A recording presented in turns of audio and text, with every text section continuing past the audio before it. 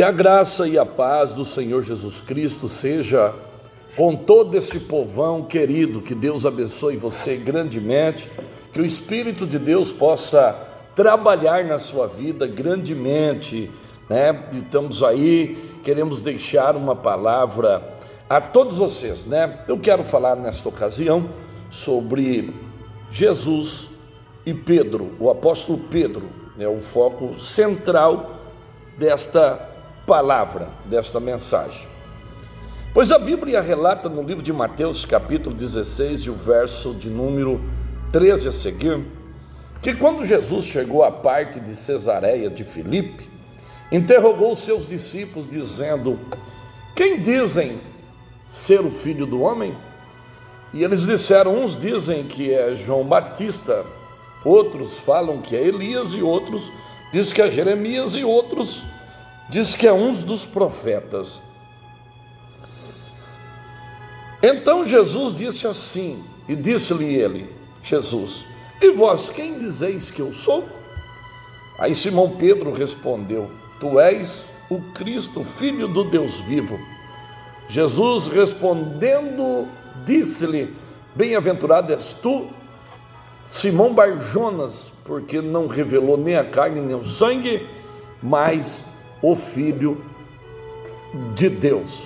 E eu digo: tu és Pedro, e sobre esta pedra edificarei a minha igreja, e a porta do inferno, as portas do inferno, está no plural, não prevalecerão contra ela. Por aqui você vê que o inferno tem portas, ele não é só uma porta, ele tem portas. O caminho para a perdição é uma só, caminho para a salvação também, mas o inferno tem portas, tá? Está no plural, muitas portas. Meus queridos e amados, naquele tempo o povo estava em uma confusão como nos dias atuais em que vivemos, né? A confusão ela toma um domínio de uma forma geral. Infelizmente, naqueles dias a multidão estava confusa e a confusão tomava conta. Ninguém sabia realmente quem era Jesus. É que nem hoje, o cristianismo que nós vivemos hoje, ele tem sido uma confusão tão grande que as pessoas não sabem que decisão vão tomar, não sabem o que é verdade, não sabem o que é verdade, não sabem como que é o caminho para servir a Deus e ter uma vida de santidade, uma vida de pureza. Então hoje é retalhado, né? A retaliação ela é muito grande, e naqueles dias não era diferente, não estava diferente, a situação não era diferente, né? O povão estava todos divididos, mas Jesus, ele queria saber dos seus discípulos, que era interessante para ele, era saber dos seus discípulos. E a Bíblia relata que Jesus, ele chegando lá em Cesareia de Filipe, como eu li aqui, né? Jesus, ele chegando, então ele parou ali, chegando lá às partes da Cesareia, ele interrogou os seus discípulos ali, tá? Aquilo ali, as Cesareias de Filipe, era um lugar histórico, tá certo? Na verdade era uma das cidades perto das principais nascentes do Jordão, né? Que na realidade perto do monte Hermon, alguns identificavam também como Baal-Gade, quer dizer Senhor de Gade, que trata-se da tribo de Gade de Israel, lá no livro de Josué capítulo 11 versículo 17, ou também era chamado lá em Juízes no capítulo 3:3, que era chamado de Baal-Hermon, tá? Como se diz Senhor de Hermon. Por quê? Porque, segundo alguns historiadores, não sei se é verdade, bem entendido, porque historiadores você já sabe como que é, né?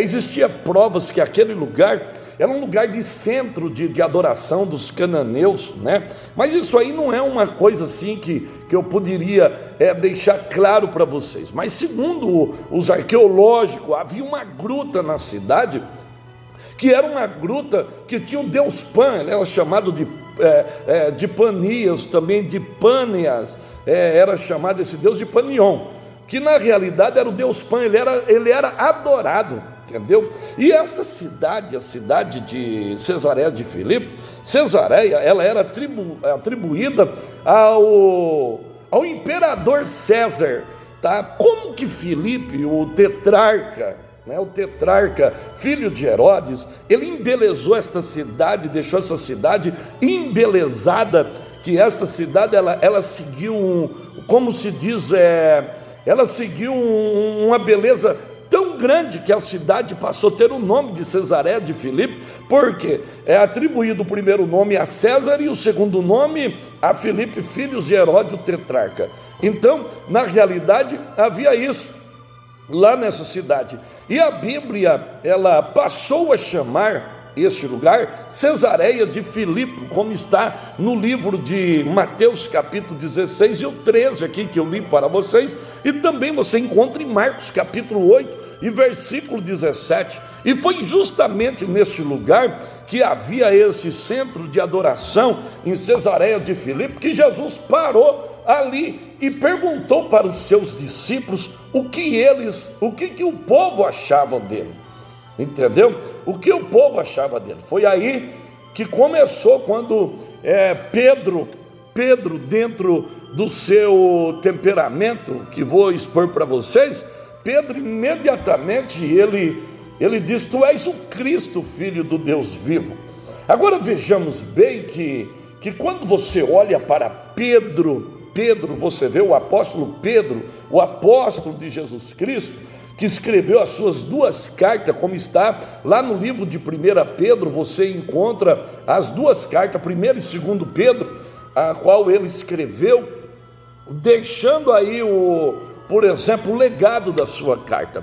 Por exemplo, Simão Pedro, ele era um homem simples naqueles dias. Quantas pessoas inteligentes que tinham na terra, quantas pessoas sábias que tinham na terra, pois a Bíblia relata no livro de Marcos que Jesus parou em um lugar amplo, um lugar plano, e chamou quem ele quis. Ele chamou os seus discípulos de todas as categorias. Agora, um exemplo que chama a atenção, que Jesus chamou Lucas, que era médico, todo mundo sabe, Pedro, que era pescador, Jesus chamou Levi, que trabalhava numa alfândega, Jesus chamou um Zaqueu, quer dizer, eram discípulos como José de Arimateia, era um discípulo distante, não era como os discípulos que eram mais próximos de Cristo. Por exemplo, Pedro agora, ele deixa de ser pescador, não que ele parou com as suas pescas. Você vai encontrar no capítulo 21 do livro de João, Pedro continuando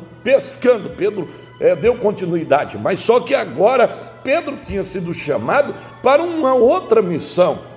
Interessante, o Novo Testamento fornece as informações sobre o nome original, que era Simão, que era uma abreviatura de Simeão, e no hebraico, segundo o hebraico, aí diz que significa famoso, Então Pedro, dentro das suas condições, não tinha intelectualidade, não tinha nada, então ele imediatamente, ele expôs a revelação do Cristo.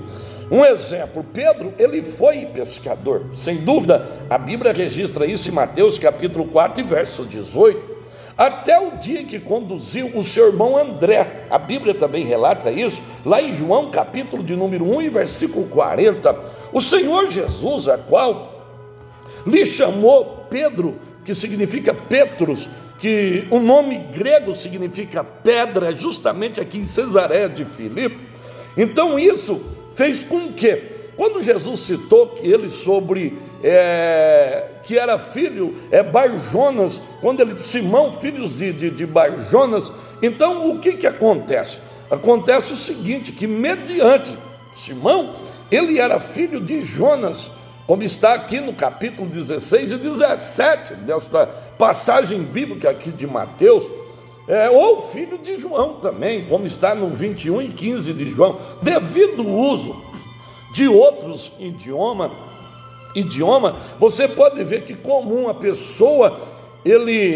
pessoas possuir, na verdade, mais um nome, um no hebraico, outro no grego e outro no latim, ou outro em aramaico, até mesmo os dois nomes numa língua só. Agora, o que chama a atenção a simplicidade de Pedro e o lugar aonde Cristo ele parou e interrogou os seus discípulos. O caso de Simão é bastante peculiar. Jesus ele deu um novo nome, não bastaria simplesmente Pedro ele ser famoso, precisava ser firme e inabalável, né? A firmeza era mais que lhe faltava naqueles primeiros tempos, primeiros anos de serviço. E naquela época havia sim um exemplo. Naqueles dias Jesus e os seus discípulos, eles não falavam hebraico, ele falava a língua aramaica. Por isso que, por exemplo, você encontra muitas coisas, muitas palavras, mediante as condições como Jesus mesmo falava o aramaico. O aramaico, a língua aramaica, era uma mistura que havia entre egípcio e os hebreus. O hebraico e o egípcio se tornou a língua aramaica. Agora, a língua aramaica ela surgiu de onde? Justamente quando houve a mistura de Israel, dos judeus e o Egito.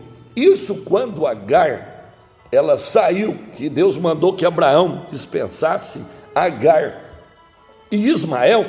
A Bíblia relata que Agar foi embora, né? Aquela história que todo mundo sabe, que ela esteve no deserto. Mas se você continuando a leitura, você vai ver que lá na frente ela pega e o seu filho Ismael casa com uma mulher egípcia. E ali, egípcio, ali se tornou os ismaelitas. Se você olhar quando José estava na cova e vem aquela caravana de ismaelita, e os seus irmãos, os irmãos de José, filho de Jacó, vende José para os ismaelitas, você vê que aquilo ali já era uma descendência de José, entendeu? Porque tratava-se de Ismael, que vinha da família de Abraão. E diz a Bíblia que quando chegaram na terra do Egito, capítulo 39 do livro do Gênesis, a Bíblia relata que José foi vendido pela segunda vez por Potifar. Potifar comprou José, mas não sei por quantas moedas de prata que comprou José. Mas José foi vendido, Potifar foi e comprou José. Então, você veja bem que dali surgiu a língua aramaica quando o povo saíram da terra do Egito, certo? Que saiu um vulgo de gente que acompanhou o povo de Israel, que esteve no meio do povo de Israel quando eles saíram lá do Egito. Então, na realidade, isso causou um certo transtorno para o povo de Israel de uma forma ou de outra, porque Deus queria que a linhagem de Israel fosse separada. Agora, o interessante nós observarmos dentro das Escrituras Sagradas, que quando nós conhecemos a Jesus, que nem os seus discípulos, Jesus estava interessado em saber o que os seus discípulos achavam dele. Para Jesus não importava o que a multidão, o que o povo achava. Mas aqui aparece um homem que nem Pedro, tá? Que dentro da sua natureza, a natureza humana que todos nós temos, nós vemos que Pedro, ele era um homem casado e ele morava em Cafarnaum, cidade situada ao noroeste do Mar da Galileia. Está lá em Marcos capítulo 1, 21, o 29 e o 30, entendeu? E Mateus 10 e 2 também relata sobre Pedro morava em Cafarnaum. Cafarnaum também era uma cidade onde Jesus tinha uma casa. Não vou dizer para você que tinha praia, tudo bem, mas Jesus tinha uma casa, Jesus morava em Cafarnaum. Cafarnaum, cidade de Naum. Em Marcos capítulo 2, quando descobriram o telhado daquela casa, era de Jesus. A Bíblia diz que Jesus estava em casa, não estava na casa. Quando a Bíblia fala que Jesus estava na casa de Simão, estava na casa do fulano, na casa de Marta, de Maria, de Lázaro, então a Bíblia vai especificar o lugar e a casa de quem ele estava. Aqui em Marcos 2 não diz que Jesus estava em casa, estava na sua casa. Quando Jesus cita que quem quiser seguir a ele, as raposas têm os seus covis, as aves têm os seus ninhos, mas o Filho do Homem não tem onde reclinar a cabeça. Ele está falando no sentido espiritual para quem quer seguir. Ele não está falando no sentido natural da natureza, no sentido humano. Ele está falando no sentido espiritual para quem quer ser o seu seguidor. Isto é uma realidade. Pois uma coisa que é certa, nós vemos que o ministério de Pedro foi mais dedicado do que os seus próprios compatriotas, os judeus, porque era considerado apóstolo a circuncisão. Lá em Gálatas capítulo 2, versículo 8, relata, foi grande o seu destaque entre os apóstolos, pois quando andava com Jesus também, na igreja, depois que Jesus teve a sua ascensão ao céu. Um exemplo, você veja bem que Pedro, o apóstolo, ele recebeu a chave eclesiológica. Quando Jesus disse assim para Pedro, duas coisas interessantes. Primeiro, Jesus falou da chave. Tudo quanto ligardes na terra será ligado no céu. Tá? E o que você desligardes na terra será desligado no céu. Quer dizer, Pedro tinha autoridade. Por isso que quando Jesus disse para Pedro, tu me amas?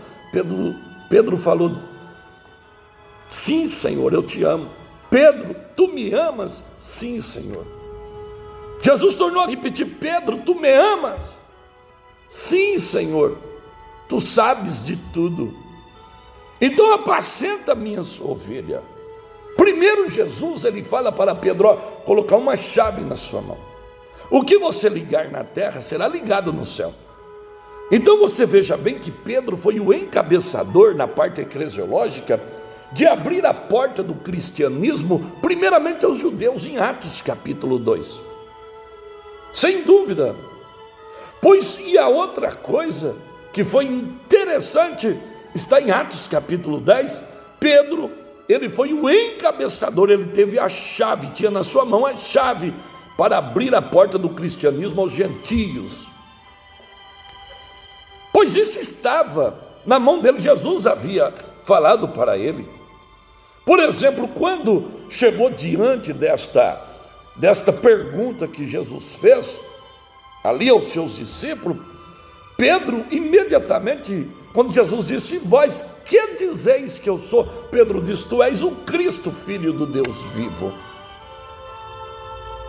Sem dúvida, você encontra também, lá no livro de João, capítulo 6 e 68, quando Jesus começou a pregar, aquele que não come da minha carne, não bebe do meu sangue. Jesus estava falando no sentido espiritual. O livro de João é um livro espiritualista.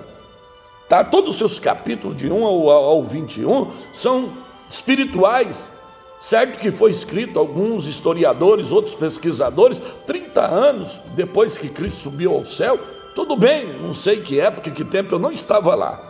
Tá? Mas, na realidade, eu sei que foi por causa dos gnosticistas, como o livro de Judas também, para combater o gnosticismo, tá? Que surgiu no tempo interbíblico, que dizia que o corpo teria que aproveitar tudo que o corpo quisesse, poderia aproveitar. Então, na realidade, o que acontece?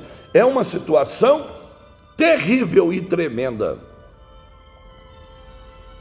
Agora vejamos bem a palavra de Deus.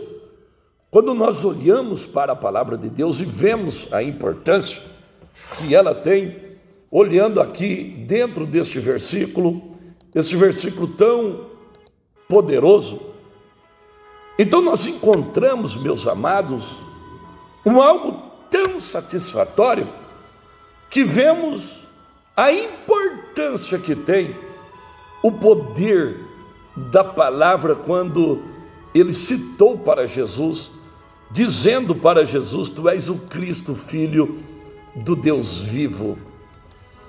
Você veja bem que, observando certinho, Simão Pedro saía na frente dos discípulos em qualquer situação. Nem se fosse para errar ou acertar, ou com isso ele conseguia grandes elogios. E também ele conseguia repreensões tremendas, Jesus o repreendia. Pois Pedro teve experiências ímpares, maravilhosas, e também fracassos vergonhosos. Pedro, ele teve. Um exemplo que eu deixo a todos vocês, analisando, nós vemos que o apóstolo Pedro, ele tinha um temperamento sanguíneo. Cada ser humano, ele possui um temperamento dentro de si. E esses 4 tipos de temperamentos, eles são considerados principais. Por exemplo, o sanguíneo, o fleumático, o colérico e o melancólico.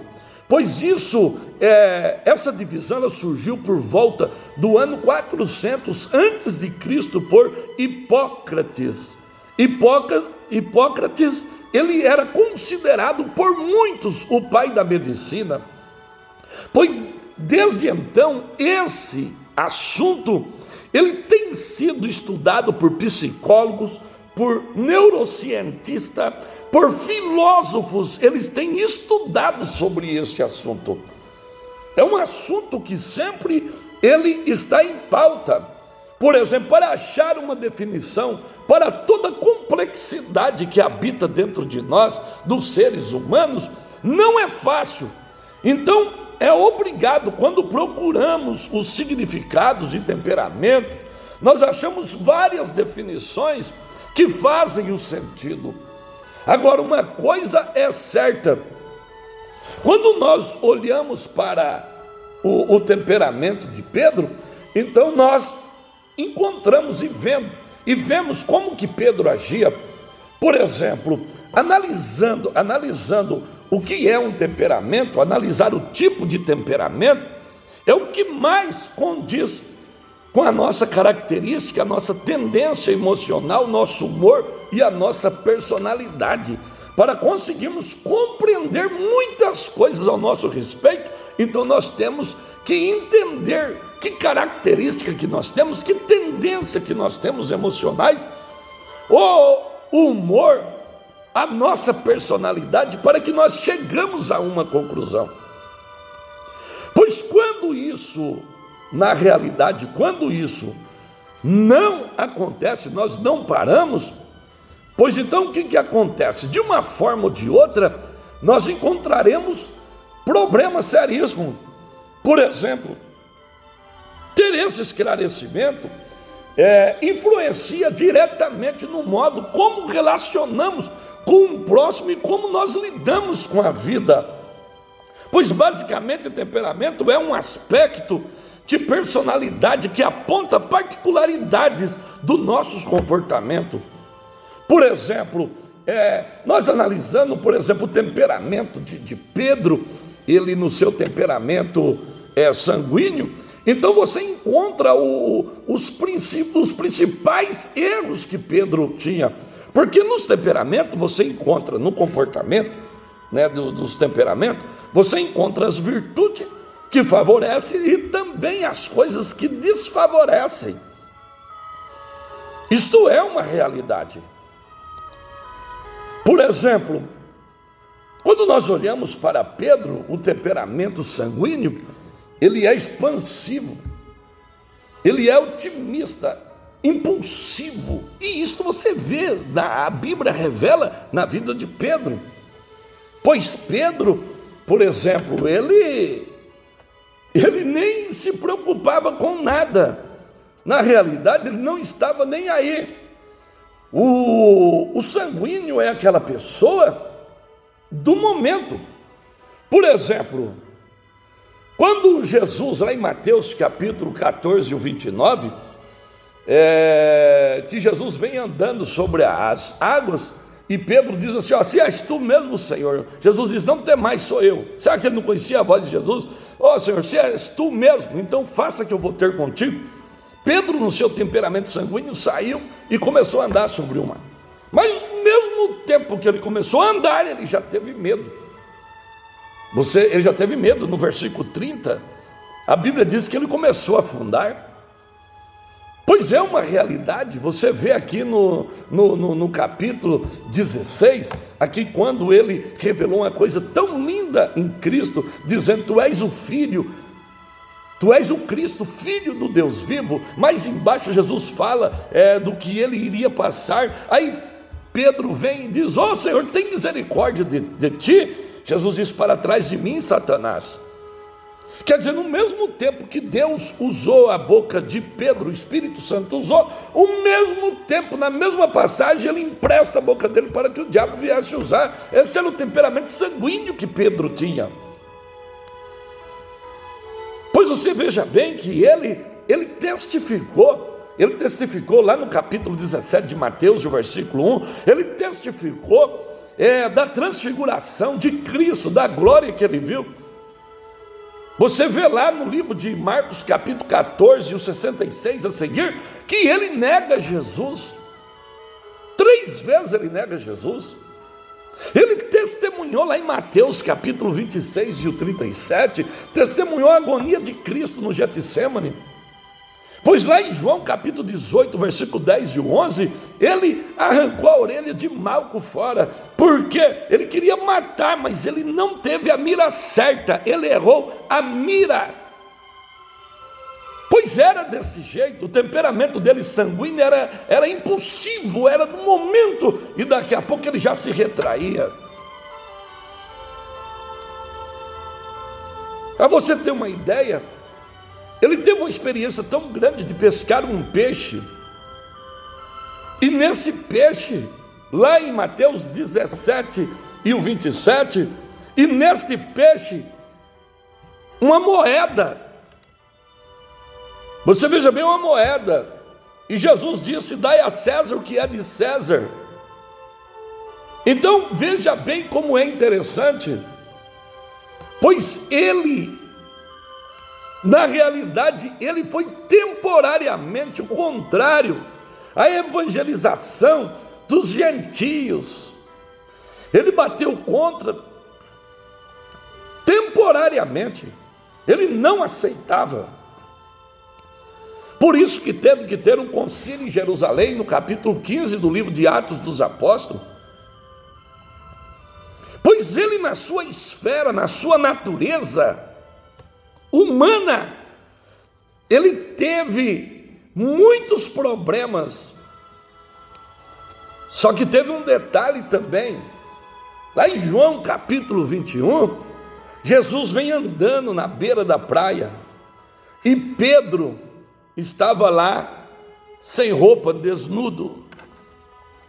Quando ele viu Jesus, o que ele fez? A primeira coisa que ele fez, ele pulou na água, se escondeu. Como se diz, esse era o temperamento que Pedro tinha. Mas o dia em que Pedro teve uma experiência com Jesus, a experiência de Pedro não foi no Monte da Transfiguração, embora ele fale na sua carta sobre esse dia, que foi um dia maravilhoso, um dia poderoso, mas a maior experiência de Pedro foi quando Pedro realmente ele recebeu o poder do Espírito Santo. Porque o poder do Espírito Santo, ele muda a vida do homem. O homem que segue alienado a uma natureza pecaminosa, imediatamente quando ele recebe o poder da palavra, então o Espírito Santo entra dentro dele, então a história na vida dele muda. E foi o que aconteceu com Pedro. Pedro foi um homem, você vê que tem muitos pregadores, eu ganhei uma cidade para Jesus. Deixa eu dizer, levantar a mão e aceitar Jesus não é tudo. O que é interessante é a permanência. Eu já vi pregadores, pessoas dizendo que ganhou 3, 4 cidades para Jesus. Mentira, não é verdade. Isto é mentira. Eu posso dizer para vocês, porque erguer a mão e aceitar a Jesus é uma coisa, agora permanecer é outra coisa. Mas uma pregação de Pedro se converteu quase 3.000 almas, e aquelas 3.000 almas permaneceram. Então a realidade é esta. Eu estava pregando numa cidade do Maranhão, uma cidade chamada Mirador, tinha muita gente, muita mesmo. A hora que eu fiz o apelo para aceitar Jesus, até umas 30 e poucas pessoas eu consegui contar, mas foi mais de 50 pessoas que aceitaram Jesus. Agora, se permaneceu, eu tenho certeza que não, mas foi muito mais de 50 pessoas que aceitaram Jesus. Agora, a permanência, aí sim. Então, o que acontece? Ele era um homem simples, não conhecia homilia, não conhecia hermenêutica, não conhecia a introdução de nada do Velho Testamento, não conhecia nada, mas o poder da palavra de Cristo estava na vida dele. Então ele mudou completamente, ele teve uma mudança tremenda. Foi a mesma coisa quando no capítulo 10 do livro de 1 Samuel, quando Saul saiu da presença de Samuel, a Bíblia diz que Deus trocou o coração de Saul. Deus trocou. E Deus mudou a vida de Saul, porque o Espírito de Deus entrou na vida de Saul. Saul foi mudado em outro homem. Depois ele se complicou lá na frente, desviou, mas a princípio ali, ao sair dali, ele saiu transformado. Quando ele chegou lá na sua terra, ele dançou, profetizou, entendeu? Por quê? Porque quando ele saiu, ele já saiu mudado. Isso que é interessante, ele já saiu mudado. Então Pedro agora, desse temperamento, por exemplo, ele ainda teve algumas falhas. Por exemplo, lá em Gálatas capítulo 2, Paulo enfrentou ele lá no versículo 11 ou 12, ele apresentou um duplo comportamento lá, né, entendeu? Então Paulo enfrentou ele, mas agora você veja bem, lá em Atos capítulo 3, aquele coxo olhou para o homem: não temos ouro e nem prata, o que temos não vou te dar agora, em nome de Jesus Cristo, levante e anda. Então você veja bem, a autoridade que ele usou em Atos capítulo 5, do versículo 1 a 10, morreu Ananias e Safira. Olha lá aquele paralítico de Atos capítulo 9, 34, a ressurreição de Dorca, que ele subiu lá no quarto, lá em Atos capítulo 9, versículo 40. E quantos enfermos que recebiam milagres lá em Atos capítulo 5 e versículo 15, aonde ele passava assim, ó, a sombra dele ia curando os enfermos. Quer dizer, na realidade, ele depois que recebeu o poder do Espírito Santo, a sua história mudou. Alguns episódios na vida de Cristo foram testemunhadas apenas por Pedro, Tiago e João. Por exemplo, até a ordem desses nomes apresentam os textos e mostra a preeminência de Pedro, ele mostrando, como está em Lucas capítulo 8 e versículo de número 51, quando fala da transfiguração lá em Mateus capítulo 17, 1, que eu citei agora de pouco para vocês. Durante o tempo da sua vida, foi muito contraditória. Se Pedro vivesse em nossos dias, tivéssemos de formar uma comissão de uma igreja ou uma equipe para trabalho especial, talvez não o escolheríamos ele. Contudo, Jesus escolheu. Porque hoje, na realidade, fazer um trabalho, o cidadão tem que fazer um seminário disso, seminário daquilo outro. Se há um evangelismo pessoal, ele tem que passar por um aprendizado, certo? Também não sou contra, tá? Bem entendido, não sou contra. Para que não venha falar besteira, bobagem, tem que saber o que está falando. Isso é uma realidade. Por exemplo, mas se é em nossos dias, Pedro era descartado, porque Pedro era analfabeto, não tinha cultura. Interessante, eu vi uma história, acho que foi do estado de Minas. Eu estava pregando de Minas Gerais e eu vi uma história. E essa história, eu até hoje eu nunca esqueci dela. Já tem alguns anos, tem uns 26 anos mais ou menos, que eu ouvi de um doutor que ia participar de um culto de uma igreja. O pastor fez uma montagem de um sermão, ele esboçou o sermão na homilia, tudo certinho, falou: eu quero ver se eu consigo atingir aquele doutor que hoje ele vai estar na nossa igreja. Aí, amém, aquele doutor apareceu na igreja, tinha um irmão porteiro. Esse irmão não tinha cultura, esse irmão não tinha cultura nenhuma, terceiro ano de escola, segundo ano, simples de tudo. E aí ele abraçou o irmão e o pastor ficou meio assim, né, de ver o irmão abraçar aquele médico que chegou ali.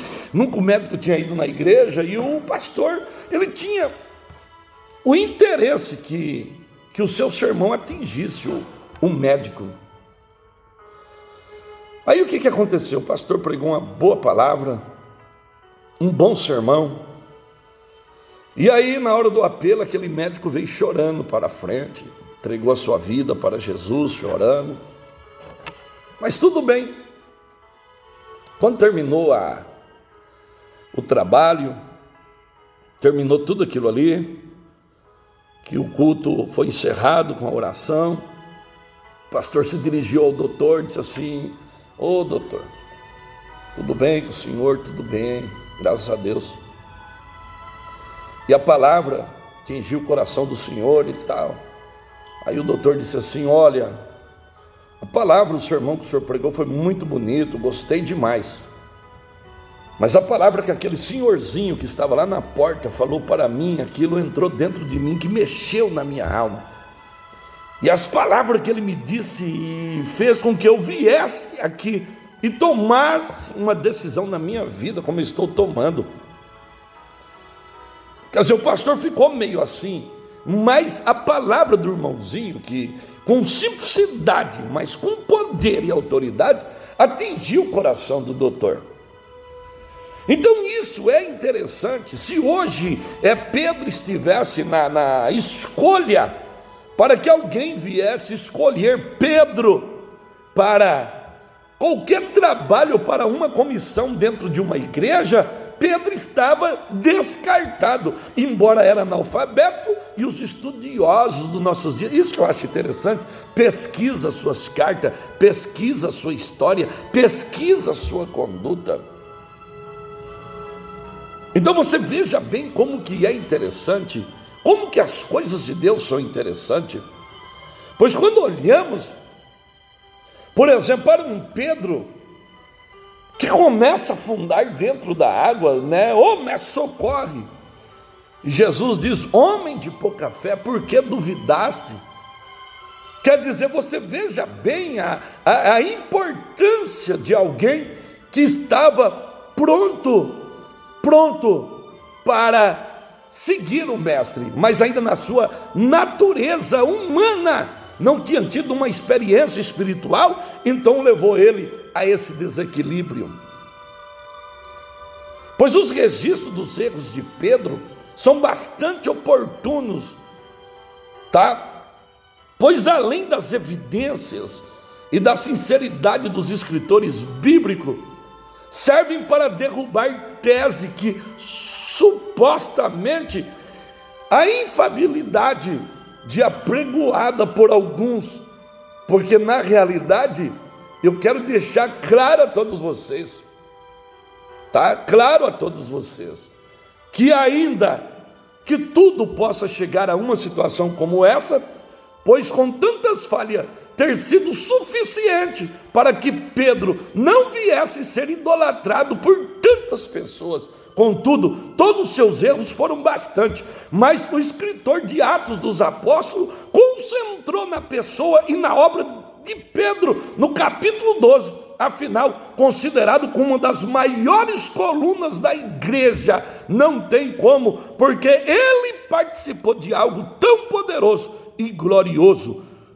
Ele participou, quando ele viu o anjo abrir os portões de Jerusalém, automaticamente abriu, como se tivesse um controle remoto na mão.